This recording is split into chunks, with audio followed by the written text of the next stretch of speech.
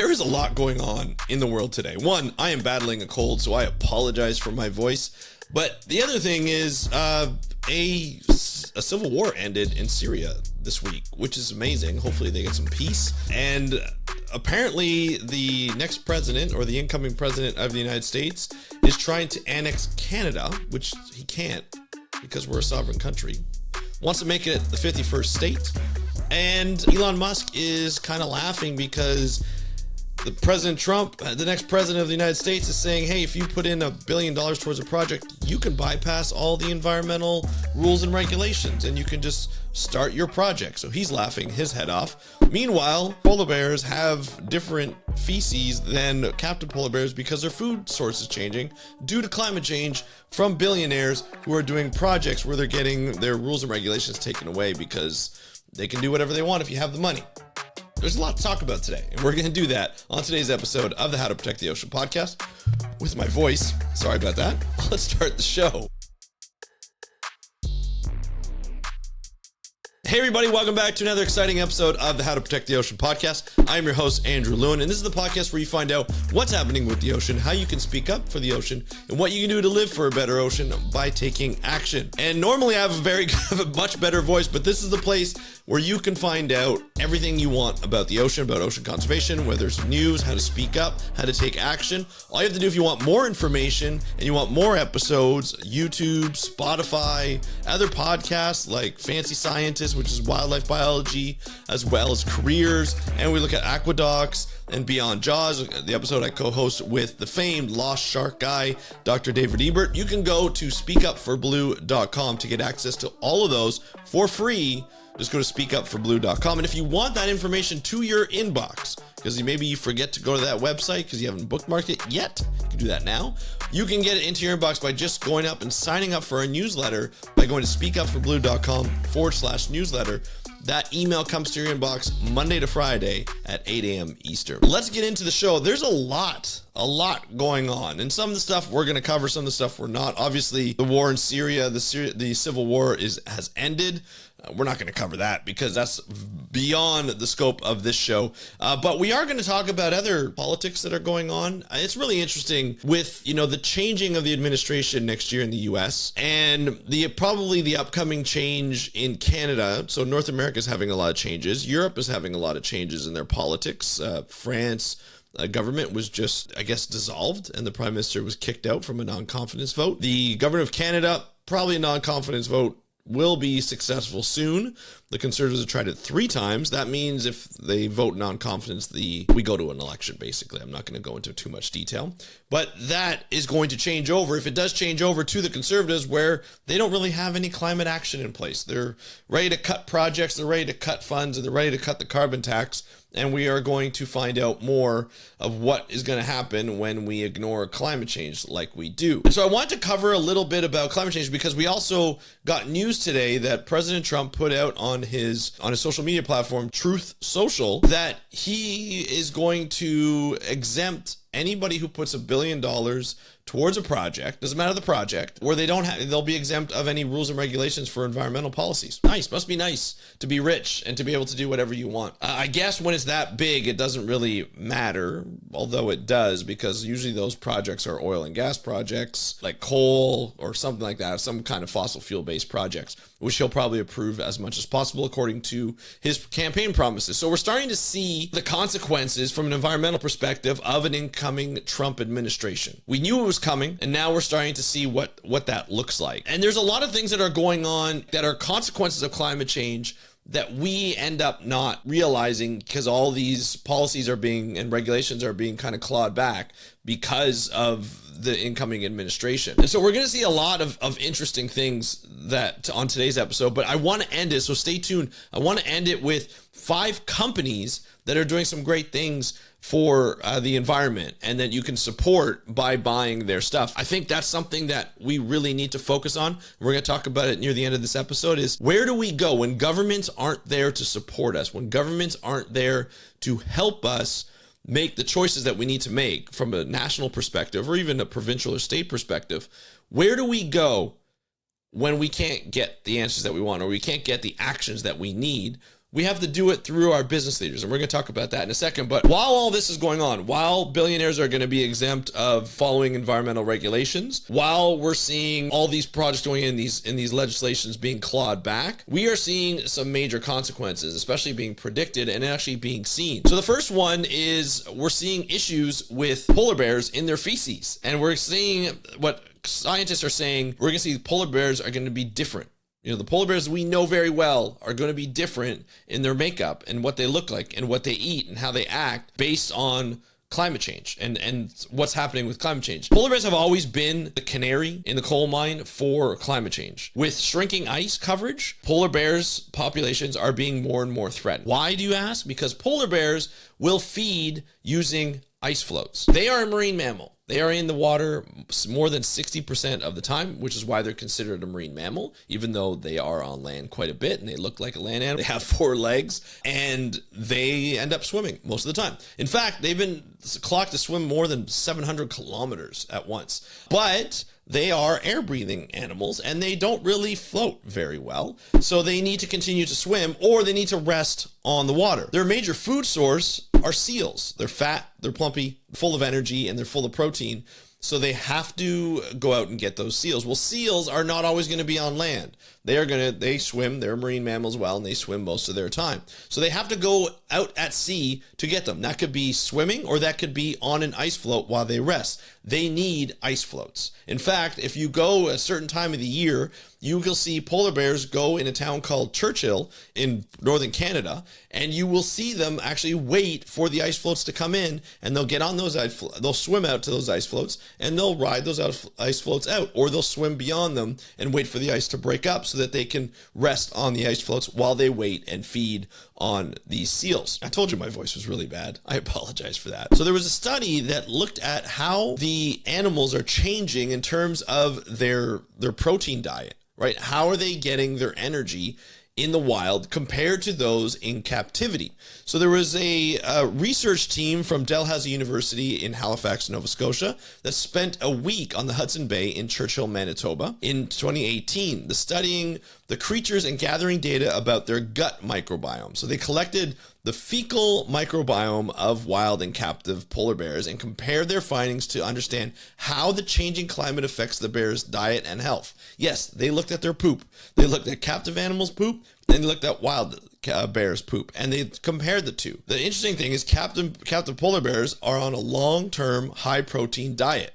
This has exhibited a more diverse and distinct fecal microbiome than their wild counterparts, likely due to dietary and habitat shifts. That's what the Dalhousie News said, the press release. So wild polar bears, which usually eat high-fat seals, are missing out on their marine mammal-based diet because of the human-caused climate change and the rise in global temperatures, and resulting in a lack of sea ice, which forces them to remain on land for longer periods of time. So the study mimicked these changes by feeding the captive animals a diet of heavy in mackerel and seaweed, as polar bear populations suffering from decreased ice coverage and longer ice-free seasons are turning into low-fat, high-protein diets. So we don't know how this is going to affect polar bears in general, right?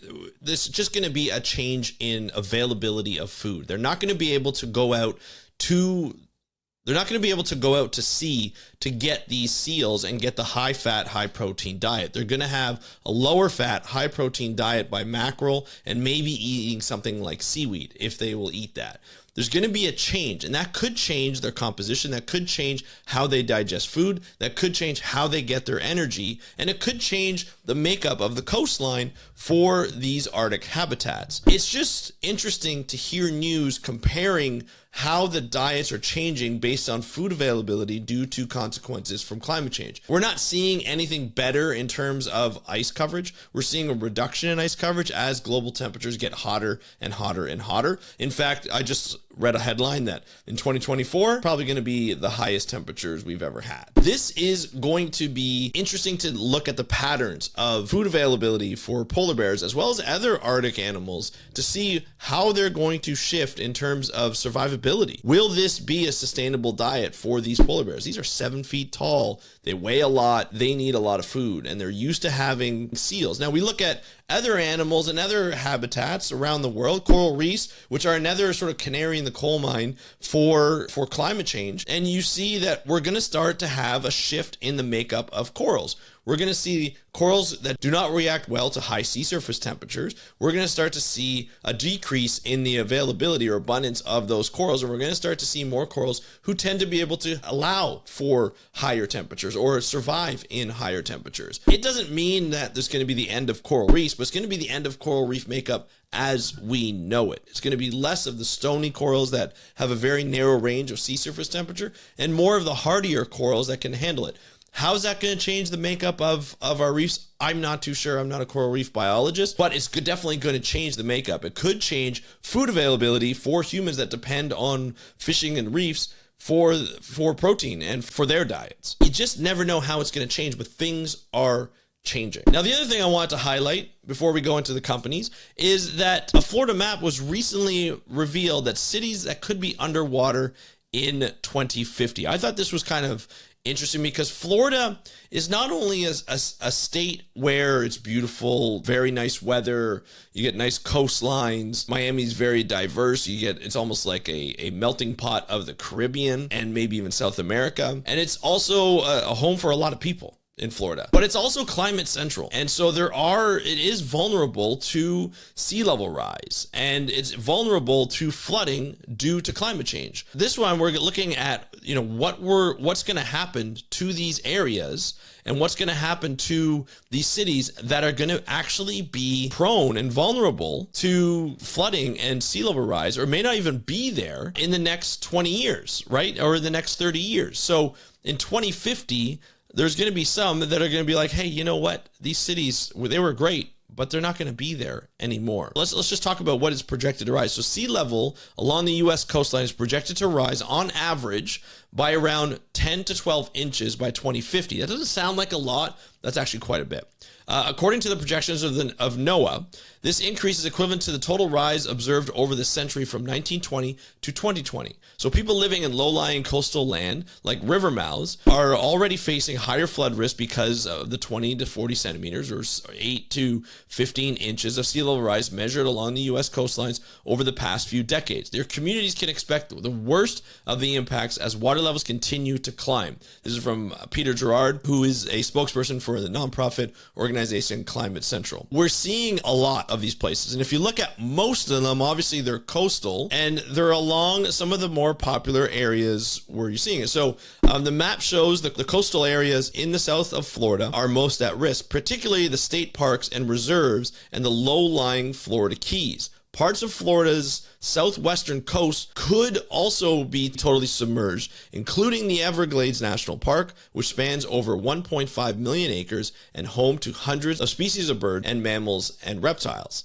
The outer coastal areas of Cape Coral, including its extensive network of canals, would also be vulnerable to water inundation. So there's a map here, and I'm going to link to it in the show notes because you can actually see where these areas, so below annual flooding level, these areas, I'm looking at areas that are within the western part of Florida. So you're looking at like areas just east of Panama City. We're looking at anywhere just north of Tampa Bay in the Panhandle. We're also seeing areas like Fort Myers, Cape Coral. The Everglades National Park is going to be submerged.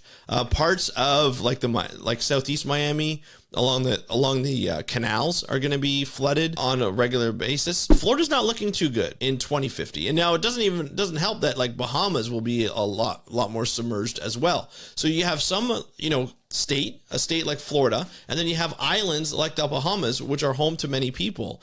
You also, if you look at the map, it also goes into the low-lying areas of Louisiana, Texas, Mississippi, those areas that are also going to be flooded, and Alabama as well. It's not looking good. It's not looking good. Meanwhile, we have administrations, not only in the U.S., but elsewhere, that are ignoring climate change.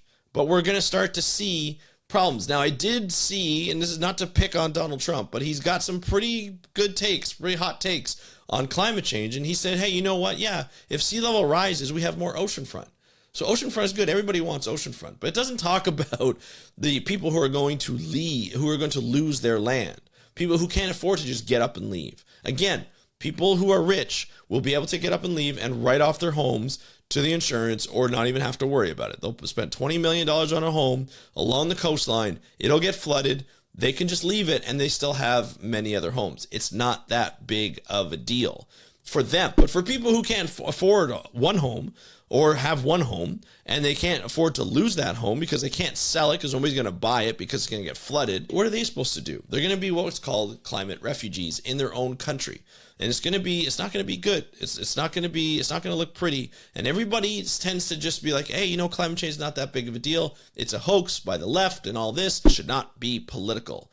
It should be more about people surviving and people coming together and people saying, hey, we need to do something. It's not just left or right. It's about how we survive going into the future and how we can help adapt as well as change, but also buffer the change in climate for a while and try to get back to normal at some point. What I want to do is, and I don't want this episode to be about doom and gloom, because I know climate change can be really depressing. A lot of people get climate anxiety due to that, but there should be a time where we start to feel hope. And it's really difficult when administrations get taken over, national administrations get taken over by climate deniers or people who want to ignore climate or not include climate into their policies, or even remove old climate, like the carbon tax, remove old climate policies to stop things from working or stop things from changing. We need to depend on something. If we can't depend on governments during these administrations, then we're going to have to depend on not only ourselves, but on business leaders.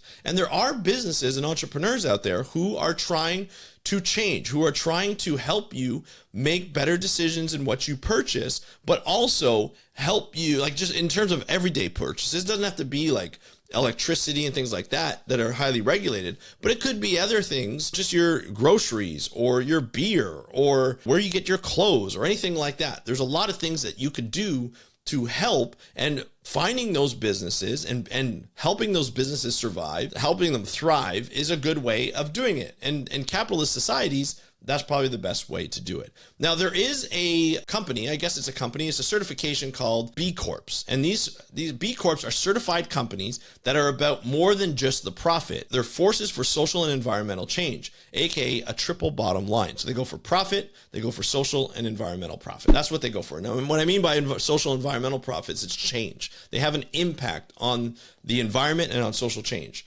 So being a B Corp certified essentially means balancing purpose and profit. So I want to talk about, there's an article here, and I'll put this link into the show notes. All the stuff I talk about, I'll put in the show notes. So there's gonna be lots of links this time, but there's 5 B Corps that inspire the team at this place called Alveoli, I think it's called. They're inspired by these companies, and some of them are companies that are anywhere in the world, like Canada, or they're international, but they all have some sort of impact, some sort of purpose on their life. So here is Bo's All Natural Brewing Company. So like I said, it's not just boring companies. These are fun, exciting companies. So this is a first B Corp brewery in Canada. So Bo's brews its organic beer using renewable electricity, which lowers the company's carbon footprint by 110 tons every year. It treats its wastewater on site and sends used yeast and other brewing byproducts to a biodigester, which turns them into energy to help power a local farm. So on the employee side, some of their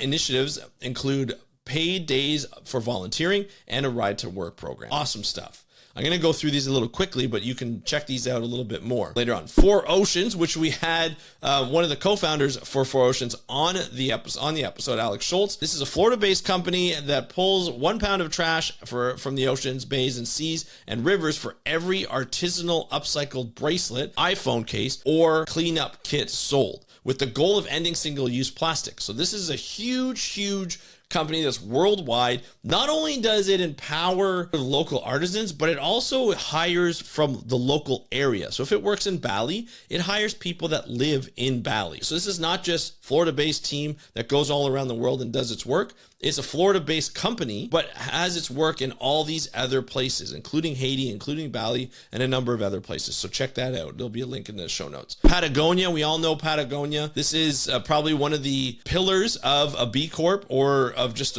a company that serves not only profit, but purpose. Perfect example of business practicing of what it preaches. In 2017, the California-based clothing company, gear company, joined a group of organizations suing the Trump government over cuts to the national monuments that include the ancestral homes of Native American tribes. The court cases are ongoing, but there's hope.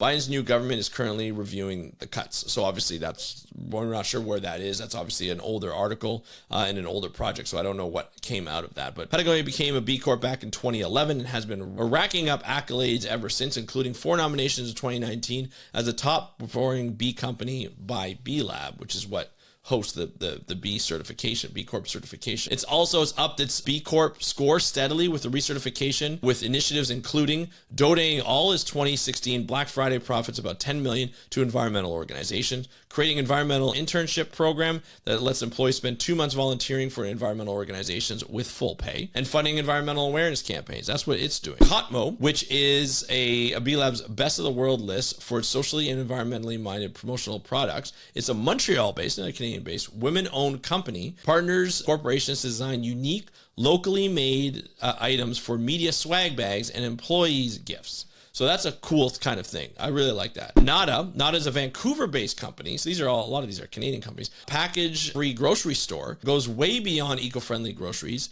In non-COVID times, customers bring their own containers to this Vancouver-based package-free grocery store to fill up on everything from locally made soaps to bulk chickpeas to homemade double chocolate marshmallow cookies. Yummy, yummy. As for the suppliers for Nada, favors local and sustainable products from other B Corps, as well as carbon neutral, socially conscious, alternative business model, and minority and indigenous run operations. That's pretty cool. I wanted to highlight this article and a number of others because although we are in a place where climate change is rearing its ugly head, we're seeing inaction from certain governments and the change of certain governments.